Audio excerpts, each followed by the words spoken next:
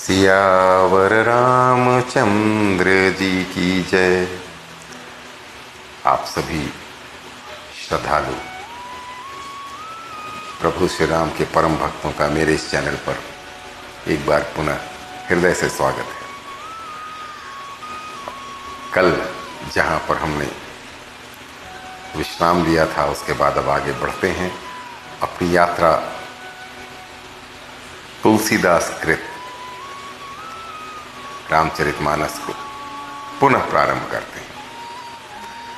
प्रसंग यह है कि विवाह हो चुका है, बहुत दिन आमोद प्रमोद में बीत गए। तब शतानंद जी वशिष्ठ मुनि ने राजा जनक को समझाया कि अब बारात को विदा कीजिए, वहाँ भी काम है, वहाँ भी लोग प्रतीक्षा कर रहे होंगे। भरे मन से जनक जी तैयार हो गए और उन्होंने जो दहेज का सामान था वो कई गाड़ियों पर, हजारों सैकड़ों गाड़ियों पर, बैलगाड़ियों पर, ऊँटों पर, हाथियों पर लदवा के अयोध्या भिजवा दिया और रनिवास में खबर भिजवा दिया। बारात चलने के लिए तैयार हो गई। तब प्रभु श्री राम चारों भाइयों के साथ अपने गुरु और पिता की आज्ञा लेके रनवास में गए हैं और जाने के बाद इन्होंने संदेश दिया कि हम विदा कराने आए हैं। बड़ी आवभगत हुई इनकी, इन्हें नहलाया गया, उपटन कराया गया और तत्पश्चात अब देखिए चारों भाई में सबसे बड़े शील संस्कार के धनी प्रभु श्री राम क्या कह रहे हैं।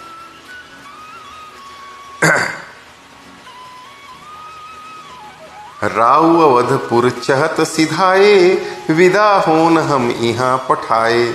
मातु मुदित मन आय सुदेहु, बालक जानि करब नित नेहु। प्रभु श्री राम एक दामाद के रूप में क्या कह रहे हैं अपनी सासू माँ से। महाराज अयोध्यापुरी को चलना चाहते हैं, उन्होंने हमें विदा होने के लिए यहाँ भेजा है। हे माता, प्रसन्न मन से आज्ञा दीजिए और हमें अपने बालक जानकर सदा स्नेह बनाए रखिएगा। सुनत बचन बिलखेउ रनिवासु, बोल न सकहि प्रेम बस सासु। हृदय लगाई कुंवरी सब लिन्ही, पति न सौंप बिनती अति किन्ही। इन वचनों को सुनते ही रनिवास उदास हो गया। सासुएं प्रेम वश बोल नहीं सकती। उन्होंने सब कुमारियों को हृदय से लगा लिया और उनके पतियों को सौंप कर बहुत विनती की।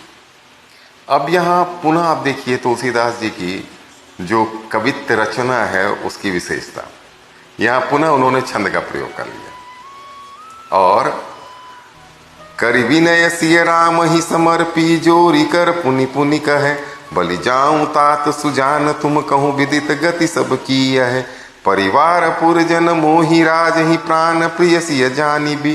तुलसी सीजलु स्नेह लखि, निज किंकरी करि मानी भी।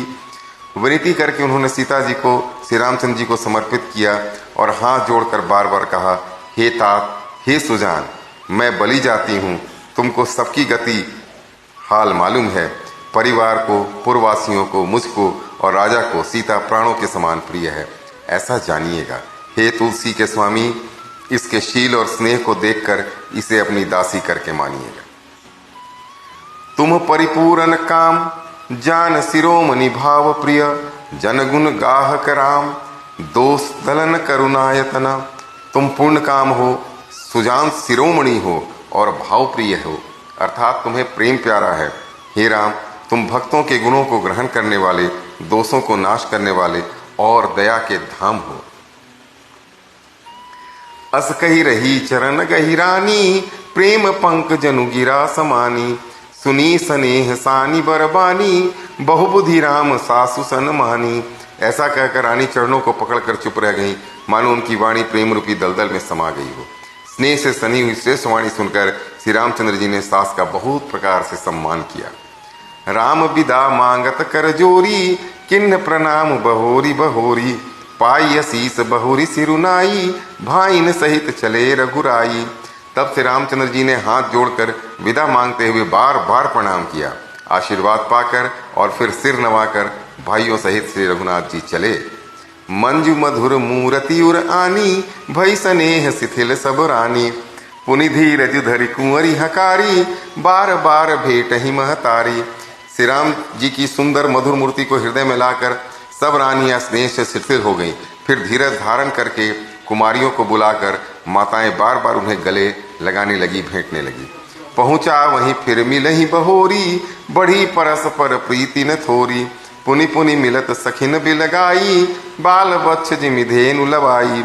पुत्रियों को पहुंचाती हैं, फिर लौटकर मिलती हैं। परस्पर में कुछ थोड़ी प्रीति नहीं बढ़ी, अर्थात बहुत प्रीति बढ़ी। बार बार मिलती हुई माताओं को सखियों ने अलग कर दिया, जैसे हाल की ब्याई हुई गाय को कोई उसके बालक बछड़े से अलग कर दे। प्रेम विवश नर नारी सब, सखिन सहित रनिवास। मानहु किन्ह विदेह पुर, करुणा विरहु निवास। सब स्त्री पुरुष और सखियों सहित सारा रनिवास प्रेम के विशेष वश हो रहा है। ऐसा लगता है मानो जनकपुर में करुणा और विरह ने डेरा डाल दिया है। सुख सारिका जान की जाए, कनक पिंजरनी राखी पढ़ाए। व्याकुल कहीं कहाँ बैदेही, सुनि धीरज परिहरहि न केही। जानकी ने जिन तोता और मैना को पाल पोस कर बड़ा किया था और सोने के पिंजरों में रखकर पढ़ाया था, वे व्याकुल होकर कह रहे हैं वैदेही कहाँ है। उनके ऐसे वचनों को सुनकर धीरज किसको नहीं त्याग देगा। भय विकल खगमृग यही भांति, मनुज दशा कैसे कहीं जाती। बंधु समेत जनक तब आए, प्रेम उमगी लोचन जल छाए। जब पक्षी और पशु तक इस तरह से विकल हो गए, तब मनुष्यों की दशा कैसे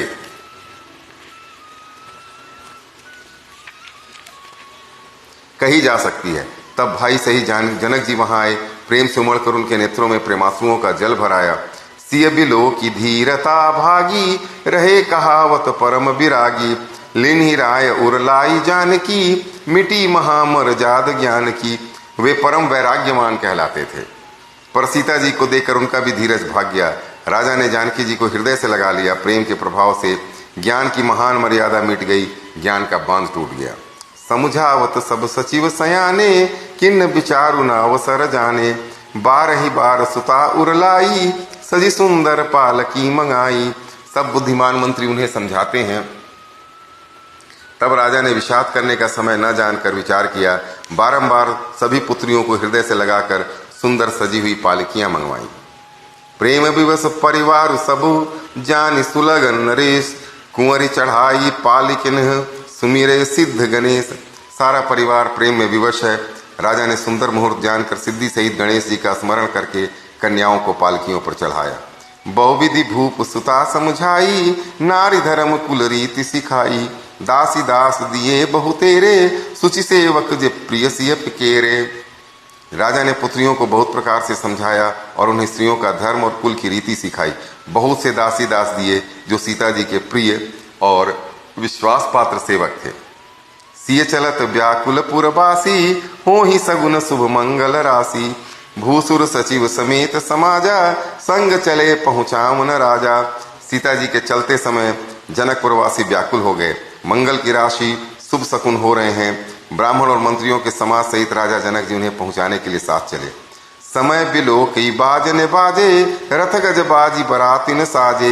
दशरथ विप्र बोली सब लिन्हे, दान मान परिपूरन किन्हे। समय देखकर बाजे बजने लगे। बारातियों ने रथ, हाथी और घोड़े सजाए। दशरथ जी ने सब ब्राह्मणों को बुला लिया और उन्हें दान और सम्मान से परिपूर्ण कर दिया। चरण सरोज धूरी धरि सीसा, मुदित महीपति पाई असीसा।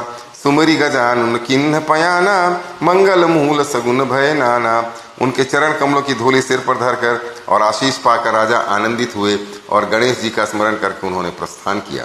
मंगलों के मूल अनेकों शकुन हुए। सुर प्रसून बरसही हरसी, करही अप्सरागान। चले अवधपति अवधपुर, मुदित बजाई निशान। देवता हर्षित होकर फूल बरसा रहे हैं, अप्सराएं गान कर रही हैं। अवधपति दशरथ जी नगाड़े बजाकर आनंद पूर्वक अयोध्यापुरी को चले। अब आज के लिए इतना ही काफी। तो बारात वर और वधुओं समेत अयोध्या को प्रस्थान कर रही है। अब आगे की कथा फिर कल आपके सामने प्रस्तुत करूंगा। तब तक आज्ञा दीजिए। सियावर रामचंद्र जी की जय हो।